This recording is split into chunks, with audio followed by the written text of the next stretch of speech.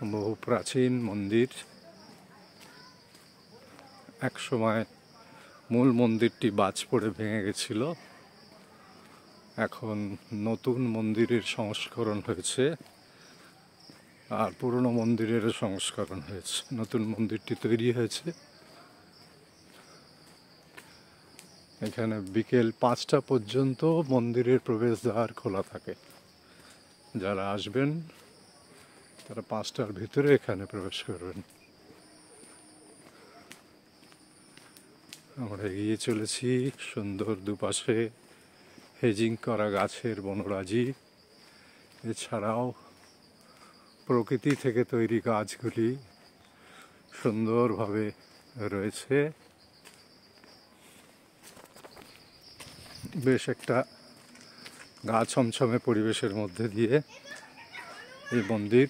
আমরা এগিয়ে চলেছি ধীরে ধীরে মন্দিরের দিকে। ভারী সুন্দর একটা পরিবেশ। শিশুরা খেলা করছে,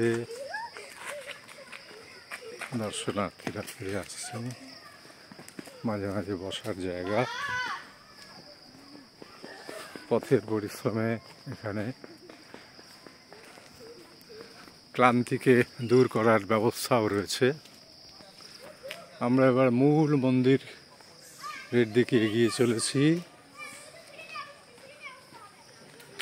ওই দেখা যাচ্ছে মন্দির।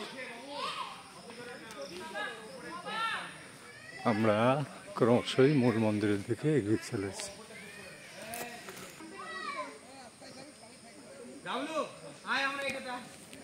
এবার আমরা মূল মন্দির অংশে প্রবেশ করতে চলেছি।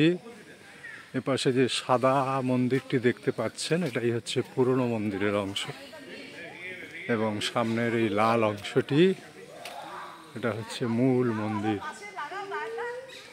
মূল মন্দির। এখানে প্রচুর বাঁদরের সারি ঘুরে বেড়াচ্ছে, অসংখ্য বাঁদর। তাই আপনাদের সব কিছুর ব্যাপারেই আপনারা খুব সাবধানে থাকবেন, কারণ এরা অনেক কিছুতেই ডিস্টারবেন্স তৈরি করে। এবারে এলাম ডুলুং নদীর তীরে। কনক দুর্গা মন্দিরের মন্দির দর্শনের ঠিক পরেই পিছনের দিকে অল্প একটু রাস্তা, সেই রাস্তায় ধরে এগোলেই আপনার কাছে ধরা দেবে স্রোতস্বিনী ডুলুং নদী। বর্ষায় এর পরিসর আরও অনেক বড় থাকে। এখন যে পরিমাণ জল আছে সেটা অনেকটা।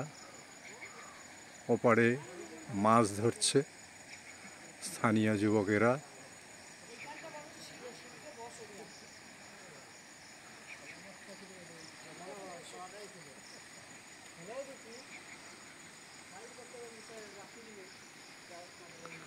ঘন জঙ্গলের সারি, তার নিচে